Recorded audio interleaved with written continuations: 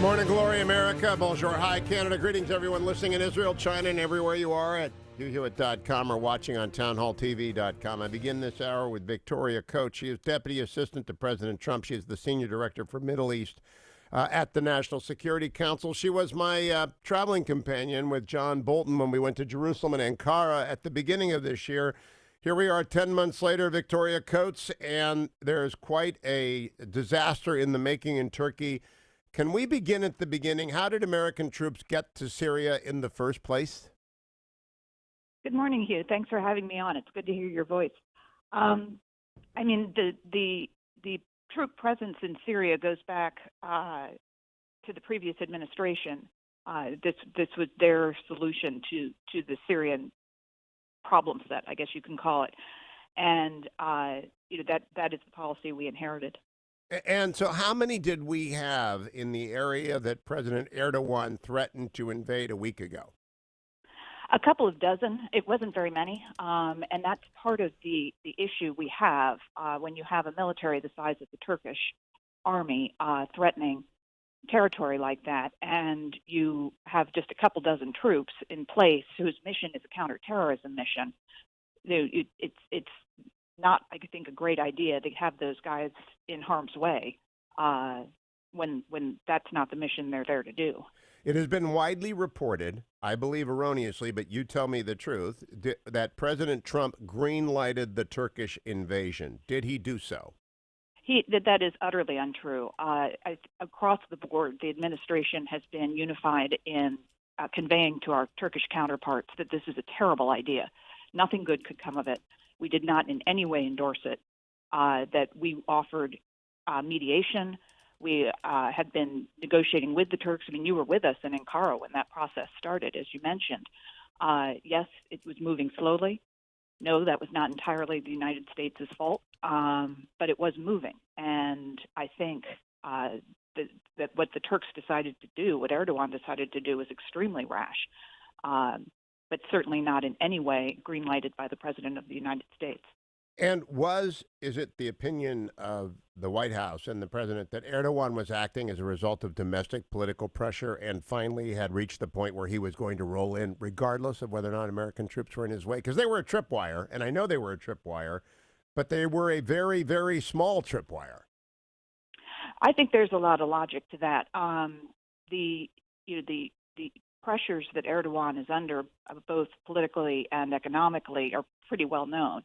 And President Trump has spent a great deal of time over the last year trying to talk him out of this, and has been successful up until now. But I think those pressures, after some recent electoral mishaps, grew for him to be too much. And you can see from the response in Turkey, this move is very popular domestically for him at the moment because there haven't been any costs to it yet.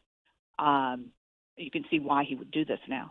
Now, Victoria Coates, I am reminded of Israel's invasion of Lebanon to establish a safety zone in 1982. It never works, but I guess regimes never realize that if you break it, you bought it. And he's going to be stuck in Turkey. He's going to be stuck in Syria in that 20-mile zone for a long time, and they're not going to become suddenly happy Turkish citizens, right? Well, it's a bit of a stretch for me to equate Israel with Erdogan's Turkey, but I do think, again, you've made an excellent point. You had a reasonably stable area there that, compared to the rest of Syria, was pretty prosperous, and to disrupt that so aggressively, and we're hearing very disturbing accounts of what he plans to do in terms of changing the ethnic makeup of that region. And it's very hard for me to see that being a model of stability. Now, there are also reports that Assad, who is a butcher, and we all know that, has been requested to assist the Kurds so that we may end up with a Russian-Syrian Kurdish line opposing a Turkish-Syrian line. Is that where we think this will stabilize? I don't know that I'd call that stable. That sounds like a pretty bad mix to me, and it's another reason why I think our service members should not be there at this time. as I'm sure you know, the president spoke with General Mazloum last night, or yesterday afternoon, rather, and the general's uh, message was that was not a finalized situation. So we'll wait and see how that plays out. So by not finalized, we don't know who is where yet along the front, and we don't even know where the front is. Exactly. Now, I've It's been trying extremely to read fluid. everything, and I don't believe anyone knows anything at this point because of the chaotic nature of the fighting. I don't think I could say with certainty that ISIS fighters have escaped, or that the one thing I know isn't happening is that the caliphate isn't reemerging out of the ashes of the ground like some phoenix, is it? No, not at the moment. But that's something, of course, we're very mindful of, and important to note in the president's statement yesterday. The troops that would come out of northeastern Syria are redeploying in the region. So they will allow us the ability to continue to monitor that situation. And the president has not given any direction for withdrawal from the garrison at Tanf. So the notion that we're suddenly fleeing the Middle East is not accurate. Now, my friend and your new boss, Robert O'Brien, is on a plane with Mike Pence, the vice president, to talk to Erdogan. You know, when we went with National Security Advisor Bolton, Erdogan wouldn't meet with Bolton. Do we expect Erdogan to meet with the vice president and National Security Advisor O'Brien? Well, they're not on the plane yet, and the meetings aren't set yet. So when we get more details on the travel, we'll share that. But that's certainly up to Erdogan. You know, the president talked to him yesterday afternoon as well. The lines of communication are open to him if he would like to talk. Certainly, Robert's offer to go over and mediate, and as you know, he's an extremely skilled diplomat. This is what he does. I would see it as a great opportunity for Erdogan to sort of tone this down a little bit. In the meantime, are there in fact moves to remove America's nuclear weapons from the Air Force Base in Turkey? There are no plans for that at the moment that I'm aware of. And what is the European Union's position and the NATO alliance's position vis-a-vis a member state attacking across an international boundary? Is there going to be a collective response? Well, obviously, there's a great deal of concern, and we've been in close contact with our European allies. I sort of bring up the example of 1974, which I find fascinating. In the summer of 74, in the invasion of Cyprus, something that basically went unnoticed in the United States because, of course, we were doing something else in the summer of 74.